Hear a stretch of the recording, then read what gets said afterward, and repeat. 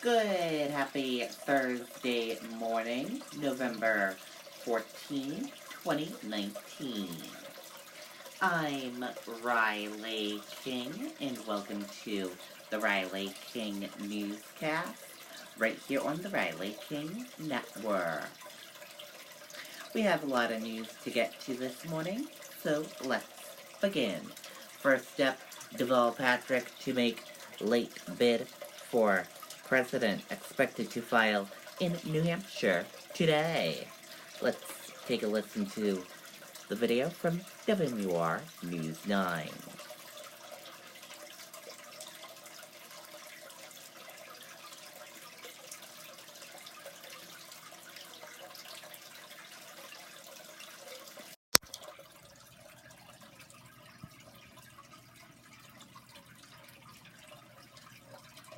The basic idea is we take a version of Medicare, we make it available for anybody who wants it, but if for some reason you prefer a different plan, that's okay, I'm not going to make you switch. And I just think that's better than saying you've got to do Medicare whether you want to or not.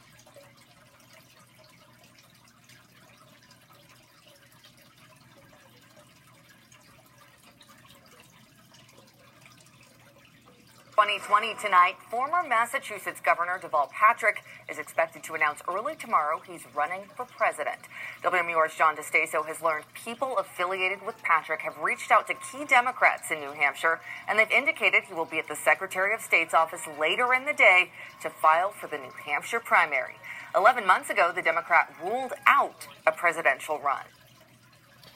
Okay, and there you go on that video and that report. Another candidate jumping into the race.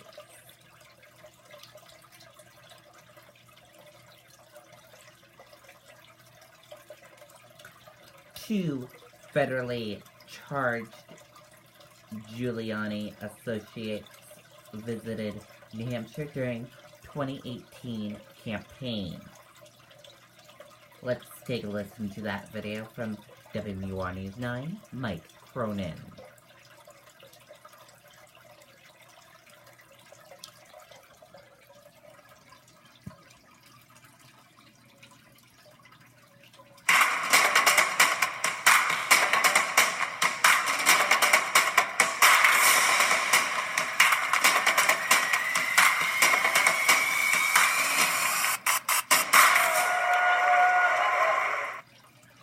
November 2018 video shows Republican congressional candidate Eddie Edwards and President Trump's attorney, Rudy Giuliani, walk into a Manchester store.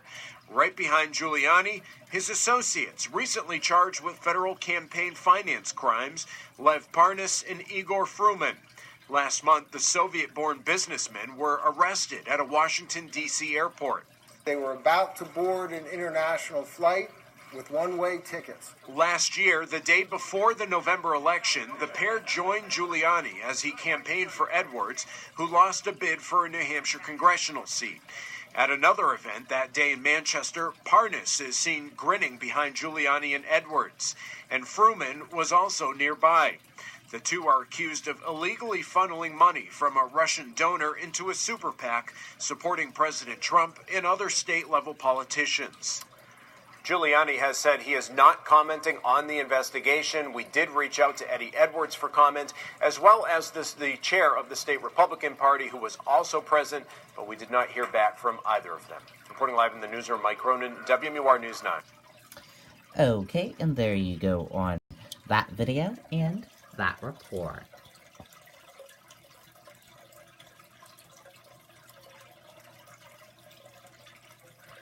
Changes coming to Durham's holiday celebration following controversy. Let's take a listen to that video from WMUR News 9, Siobhan Lopez.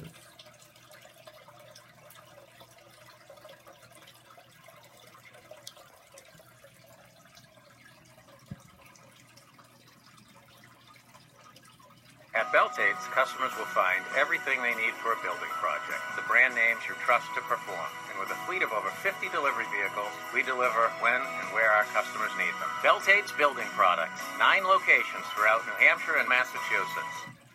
Historically, the annual holiday event put on by the Durham Parks and Rec Department has been known as the tree lighting ceremony. But after concerns it was too focused on Christmas, a working group was formed to make changes.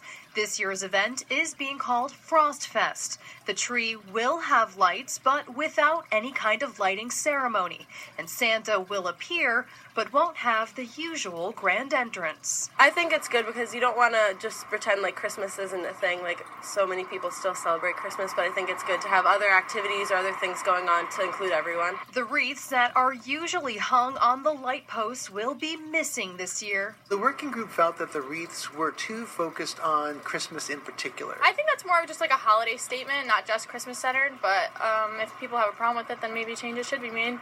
The group is considering snowflakes or other lights, but some taxpayers may have an issue with the proposed $10,000 price tag to replace the wreaths, plus an additional $6,000 for an event with New Hampshire Listens, a civic engagement initiative at UNH. Where members of the community could come together and work through this very complex issue of how to celebrate holidays during the holiday season, that in an inclusive way, but in a way that does not make anyone feel unwelcome. The public will have a chance to weigh in on all of these proposed changes at the next town council meeting on Monday. Reporting in Durham tonight, Siobhan Lopez, WMUR News 9. Okay, and there you go on that video and that report.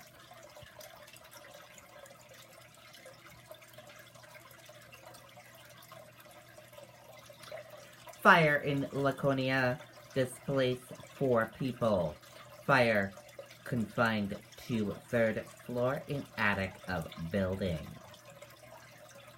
The Laconia Fire Department responded to an electrical problem on Miser Street just before 6:30 p.m. Wednesday.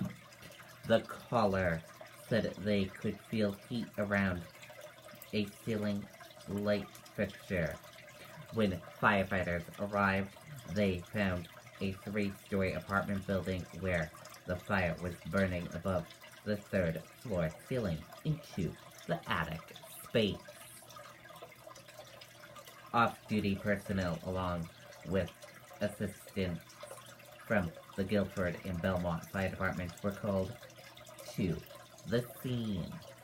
The fire was quickly extinguished. Damage was confined to the 3rd floor and attic of the building, while the 1st and 2nd floors received water damage. The fire is estimated at 30,000. 4 occupants of the building were displaced by the fire. 2 of those people received help from the Red Cross. 4 charged with riot, criminal threatening over video posted to social media. Police say men seen holding guns making threats.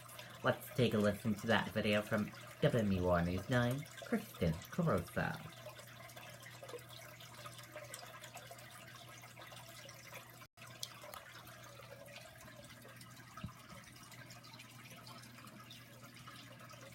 At Beltates, customers will find everything they need for a building project. The brand names you trust to perform. And with a fleet of over 50 delivery vehicles, we deliver when and where our customers need them. Beltates Building Products. 9 locations throughout New Hampshire and Massachusetts. Authorities say these 4 men have been arrested in connection to a video on social media that shows them holding guns and making threats to kill people. Threats of violence towards the town of Merrimack, towards other individuals. And we thought it was absolutely necessary due to the content with firearms in the video, the manner in which they were using them, and we thought that we needed to jump right on it. Police are not releasing that video, but court paperwork says it shows the 4 men racking the guns and dry firing a handgun into the camera. We can't portray if it's real or not, and we have to act aggressively in order to make sure that there's no threat to the community. All 4 faced a judge on Tuesday charged with felony riot and criminal threatening. Kyle Mercer is the only person being held right now. The other 3 were placed on house arrest. We would have rather had all 4 held on preventative detention due to the nature of the and seriousness of the crime, but that did not go our way. Police say Mercer is responsible for creating the video and posting it to his personal Snapchat account. Paperwork says Mercer threatened his ex-girlfriend, his parents, and others in Merrimack that he says wronged him. All of the guns from the video are now in police custody. With the way social media is put out today, everybody sees everything. And with that being the case, anybody can be alarmed with what's going on and bring it to our attention.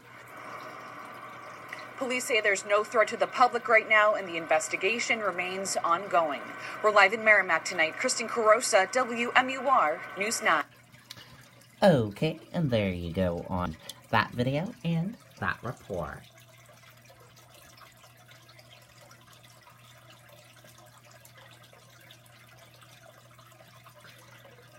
17th Annual Spirit of New Hampshire Awards recognize outstanding volunteers. Let's take a listen to that video from WMUR News 9, Jean Mackin.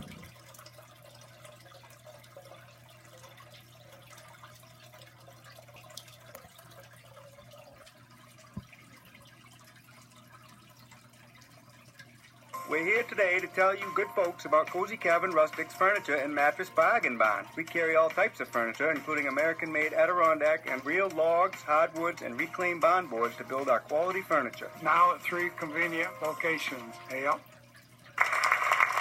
The Capitol Center for the Arts filled with remarkable volunteers, giving throughout the year, expecting nothing in return, but the organization Volunteer New Hampshire takes this night to honor them with the Spirit of New Hampshire Awards. They take care of children, seniors, animals, raising funds here, spirits there, like City Year, volunteering in Manchester schools, boosting attendance and success. So it's really important to give back to the people that helped you, and that community meant a lot to me. The Girl Scouts received recognition. We have amazing volunteers who just do a great job mentoring our more than 10,000 girls. They're really wonderful. Businesses are also recognized here for making priceless investments in their own communities.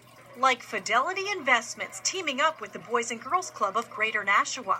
Our signature event is what we call Kicks for Kids, and we actually raise funds every year for the kids to go off to school in their first day and have actually new shoes. And the governor and his wife received the Community Pillar Award for supporting volunteerism. I cannot thank you enough. The people of the state, thank you. Keep challenging ourselves, keep being that gold standard. All in the spirit of New Hampshire. In Concord, Jean Mackin, WMUR News 9. Okay, and there you go on that video and that report. Looks like a wonderful event.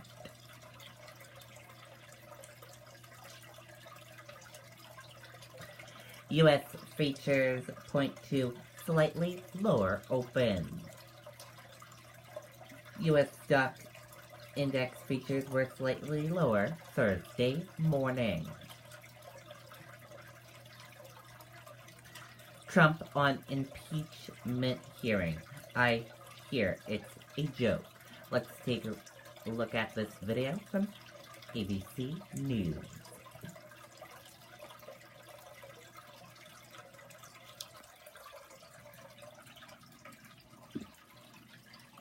I'd like to just start out getting your general reaction today to the impeachment hearings on the Hill. Do you feel that Democrats made their case, and how did you feel about the Republican performance? You're talking about the witch hunt? Is that what you mean? Is that what you're talking about? I hear it's a joke. I haven't watched for 1 minute because I've been with the president, which is much more important as far as I'm concerned. This is a sham and shouldn't be allowed. It was a situation that was caused by people that shouldn't have allowed it to happen. I want to find out who is the whistleblower, because the whistleblower gave a lot of very incorrect information, including my call with the president of Ukraine, which was a perfect call and highly appropriate. And he wrote something that was much different than the fact. I want to find out why the IG, why would he have presented that, when in fact all he had to do is check the call itself and he would have seen it. I'm going to be releasing, I think on Thursday, a second call, which actually was the first of the two. And you'll make a determination as to what you think there. But I've heard just a report. They said it's all third-hand information, nothing direct at all. Can't be direct because I never said it. And all they have to do is look very, very simply at the transcript. If you read the transcript, this was analyzed by great lawyers. This was analyzed by Greg Jarrett. It was analyzed by Mark Levin. It was analyzed by everybody. They said this statement that I made, the whole call that I made with the president of Ukraine, was a perfect one. Hi, everyone. George Stephanopoulos. Okay, and there you go on that video. And that is it for this morning edition of the Riley King Newscast, right here on the Riley King Network. I hope you all enjoyed watching, and I'll see you back here later on today with another newscast. And I'll have a news report coming up in a little bit. Goodbye, everyone.